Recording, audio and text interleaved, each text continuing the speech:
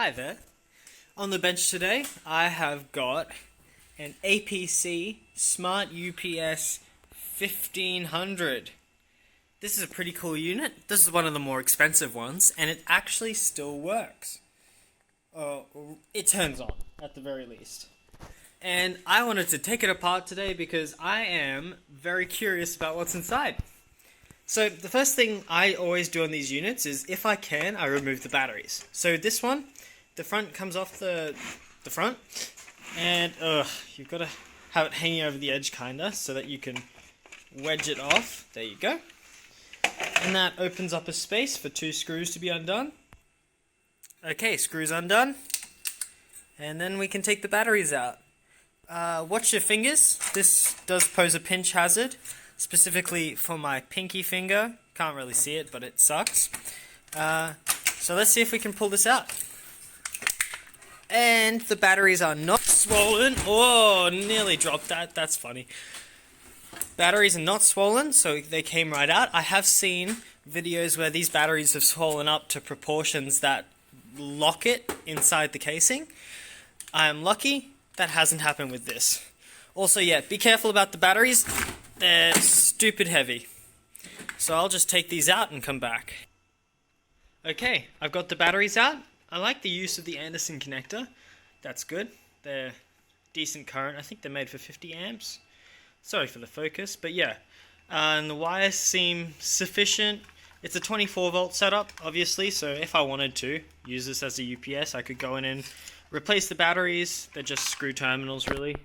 And I believe there's a fuse at the other end, so if you're ever having problems with one of these units, like you're just not seeing battery power, one thing to check is the fuse. Okay, batteries are off the UPS, and inside we have our first little glimmer of electronics.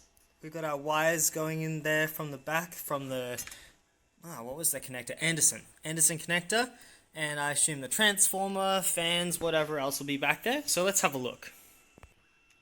Rolling the UPS onto its back, we see a whole bunch of Phillips head screws to remove. I'll just get rid of those. Okay, screws are out. I'm going to flip this over and see if we can get the casing off. Here it comes. Oh, there we go. Okay. Sorry for the poor camera work. It's challenging at best to do this all with one hand.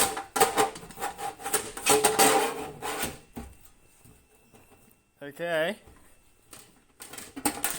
Oh, this is not going how I planned. But it is going. And we have success. Check that out. That is a huge transformer if I've ever seen one. Same size as my hand. And we've got all our electronics up in there. A big electrolytic capacitor there. Whoop, zoomed in. Yep, that's for power filtering, I assume, of the batteries. We've got some heat sinks. If we can focus, yeah, heat sinks down in there. I'll try and take this board off and we'll have a closer look. Okay, pulling back this little covering sheet, I can see the main power traces. So we've got our, I imagine that's our plus or minus. I think that's the minus rail and that's the positive. Might be the other way, I'll confirm that. And this should come off, should it not? Nope, it's clipped in somewhere. I'll come back when I've got the source sorted out. It'll probably be a bit later. Hey guys, quite a bit later, but I was taking this apart and I realized there's a little bit more to it than I originally thought, so I figured I'd at least have you guys along for the ride. So the first thing I noticed is that these AC wires are connecting the main circuit board, so they're holding us back, and you need to actually squeeze them on both sides. So preferably I'd do this with two hands, but again, you guys are along for the ride, so here we are. This fan needs to come off. So something I like about this more powerful unit, so I've seen lots of videos of the Smart UPS 1000, and it doesn't have this cooling fan. So the heat sinks are passively cooled, and it means that it's kind of just not designed to run for as long. So with this one, if you really wanted, I reckon you could probably convert it to a standalone inverter quite easily. So you see you've got the massive heat sinks in here. They're quite thick, so they're made for thermal mass rather than heat dissipation, but once you put a fan on them, they should do fine cooling off as well. You can notice this is a full H-bridge design, so 4 sets of MOSFETs and only 2 connections to the transformer. This is pretty cool because it simplifies the charging, simplifies connections to the transformer, and something I failed to mention in my last video is that it makes more use of the transformer size.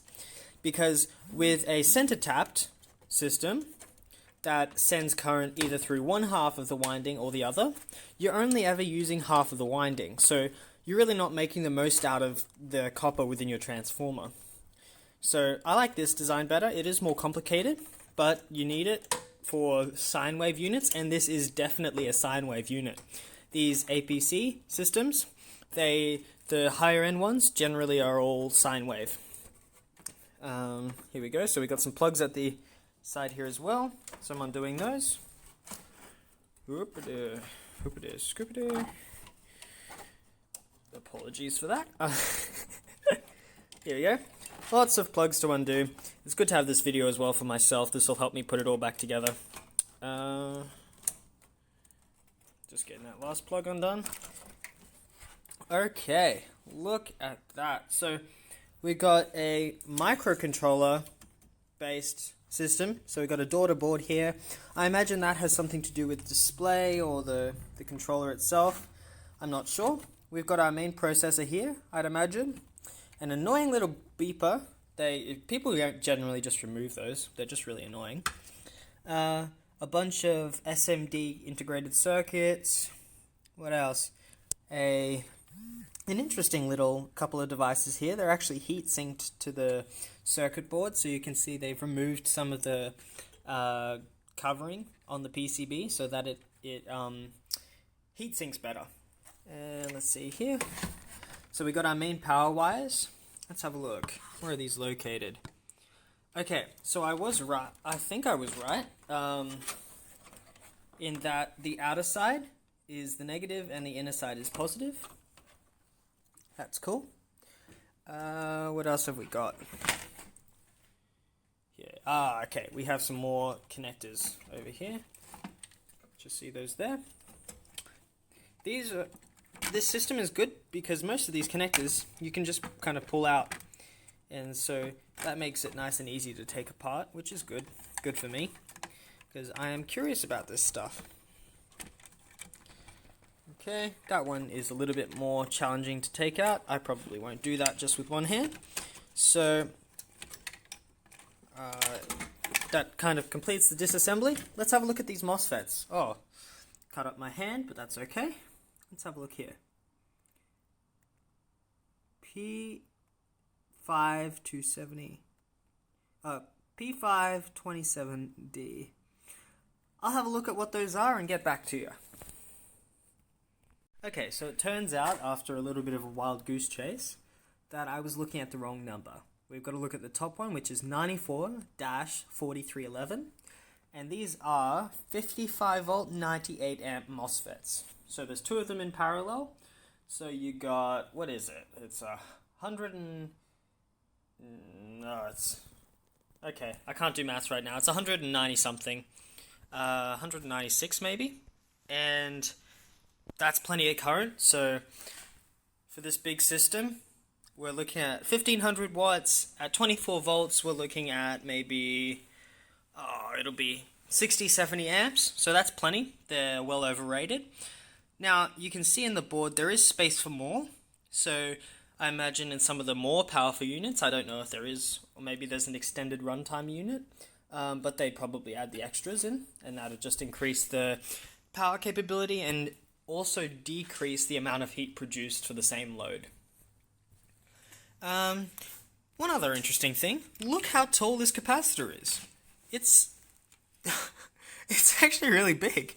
So it's a 40 volt 2700 microfarad capacitor, and they've got that smoothing the battery supply so that the MOSFETs get a nice clean DC wave and there's not too much ripple under high load. something I like about this topology is that they've got the proper switching filters and stuff in there. So they got capacitors, and I imagine they'll have resistors and things too. And that's to prevent the MOSFETs having to endure voltage spikes and things that could potentially damage them. Lots of power filtering. That's a good thing about these UPSs. They do quite a bit of that, and they also have an AVR functionality. So you'll see, it's not on these cables. Maybe it's this one here. Yeah, they got lots of taps off the transformer. So while you've still got power, if you get a brownout where the voltage goes too low, it'll actually step up the voltage that it outputs rather than going over the battery power. So they got that sort of functionality, which is handy because it means you don't cycle the batteries as often, which is good. Just before I finish, something interesting is if you have problems with these, first thing to check is if you got the little breaker installed. This is a handy little thing, and it just connects the batteries to the system, so you have to push it in for the inverter to work. That's about it. Look, I'll post some photos of this maybe in a Google Drive or something if you want to look at it. Let me know in the comments if that's something you want. But that's a teardown. One last look at that transformer, which, must I add, is huge. And they've got this nice little filter inductor here. Oh, man, I could talk about this stuff forever because for some reason this equipment is just quite interesting to me. So I'll keep making videos about it. Have a good evening. Cheers.